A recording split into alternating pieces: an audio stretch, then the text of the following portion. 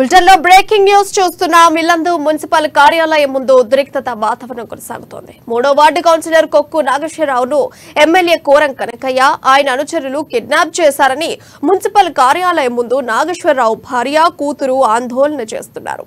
బలవంతంగా తన భర్తను కాంగ్రెస్ వాళ్ళు తీసుకెళ్లారని ఆవేదన వ్యక్తం చేస్తున్నారు. ఇల్లందులో ఇవాళ జరగనున్న అవిశ్వాసానికి ముందు ఈ వ్యవహారంపై బీఆర్ఎస్ కాంగ్రెస్ కార్యకర్తలు నిరసన తెలపడంతో మున్సిపల్ కార్యాలయం వద్ద ఉద్రిక్తత వాతావరణం నెలకొంది. ఇక దీంతో పోలీసులు 144 సెక్షన్ ను విధించారు. మరోవైపు అవిశ్వాసంపై సమావేశానికి 15 మంది సభ్యులు హాజరయ్యారు.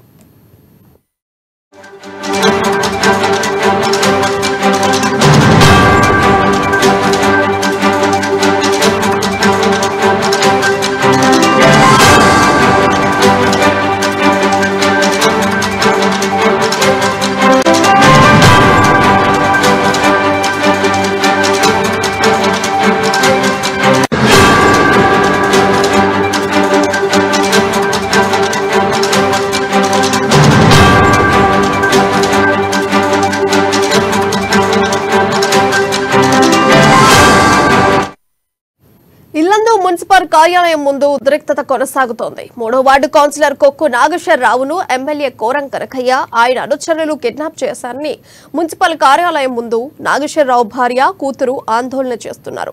బలవంతంగా తన భర్తను కాంగ్రెస్ వాళ్ళు తీసుకెళ్లారని ఆవేదన వ్యక్తం చేస్తున్నారు. ఇల్లందులో ఇవాళ జరగనున్న అవిశ్వాసానికి ముందు ఈ వ్యవహారంపై బీఆర్ఎస్ కాంగ్రెస్ కార్యకర్తలు నిరసన తెలపడంతో మున్సిపల్ కార్యాలయం వద్ద ఉద్రిక్తత వాతావరణం నెలకొంది. దీంతో పోలీసులు 144 సెక్షన్ ను విధించారు. మరోవైపు అవిశ్వాసంపై సమావేశానికి 15 మంది సభ్యులు హాజరయ్యారు.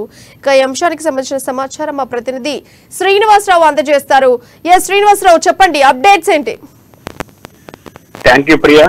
భద్రాద్రి కొత్తగూడెం జిల్లాలోని ఇల్లందు మున్సిపాలిటీలో గత కొంతకాలంగా ఏర్పడినటువంటి పరిణామాల నేపథ్యంలో మున్సిపాలిటీలో ఉన్నటువంటి కౌన్సిలర్లు గత నెలలో కలెక్టర్ కు 22 మంది సభ్యులు అవిశ్వాసం తెలిపేందుకు లెటర్ ఇచ్చిన నేపథ్యంలో ఈ రోజు ఆ కౌన్సిలర్ మున్సిపాలిటీలో ఉన్నటువంటి కోరం తీర్మానానికి సభ్యులను ఆహ్వానించినటువంటి నేపథ్యంలో ఈ రోజు 17 మంది సభ్యులు అవిశ్వాసానికి నెగ్గేటువంటి అవకాశం ఉన్న నేపథ్యంలో 15 మంది మాత్రమే ఈ రోజు సభ్యులు హాజరవటం జరిగింది.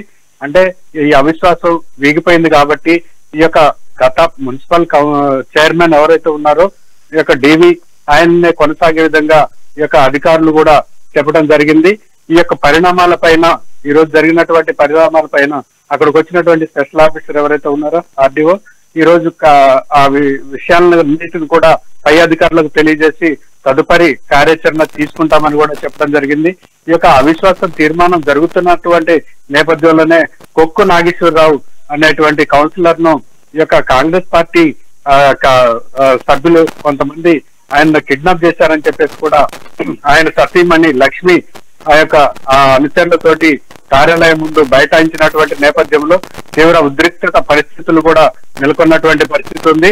అక్కడ పోలీసు బలగాలతోటి పూర్తి స్థాయిలో రక్షణ కల్పించేందుకు చర్యలు కూడా చేపట్టినటువంటి నేపథ్యంలో ఈ వాతావరణం అయితే అక్కడ గందరగోళంగా ఏర్పడినటువంటి నేపథ్యంలో ఈ పరిస్థితిని సమీక్షించేందుకు పోలీసు బలగాలను పూర్తి స్థాయిలో మోహరించి ఉన్నారు.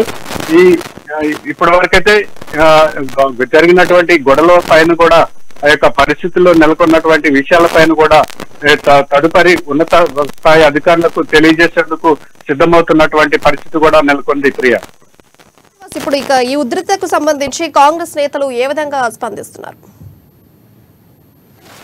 అంటే ఇప్పుడు ఉన్నటువంటి ఎవరైతే మున్సిపల్ చైర్మన్ డివి ఉన్నారో ఆయన కొనసాగే విధంగా వాళ్ళు పూర్తి స్థాయిలో బల నిరూపించుకునేందుకు పూర్తిగా వాళ్ళు ఏర్పాట్లు చేసుకున్నటువంటి నేపథ్యం కనబడుతుంది.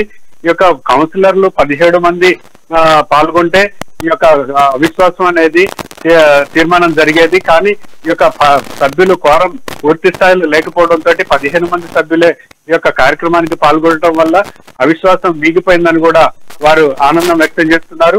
ఈ కౌన్సిలర్ కిడ్నాప్ అయినటువంటి నేపథ్యంలో దానిపైన కూడా పరిణామాలు ఉన్నత స్థాయి అధికారులు పర్యవేక్షణ చేస్తున్నారు. ఏది ఏమైనప్పటికీ ఈ అవిశ్వాసం వీగిపోయిందని చెప్పేసి కూడా కాంగ్రెస్ వర్గాలు తెలియజేస్తున్నాయి. Priya, right Srinivas, thank you for your updates.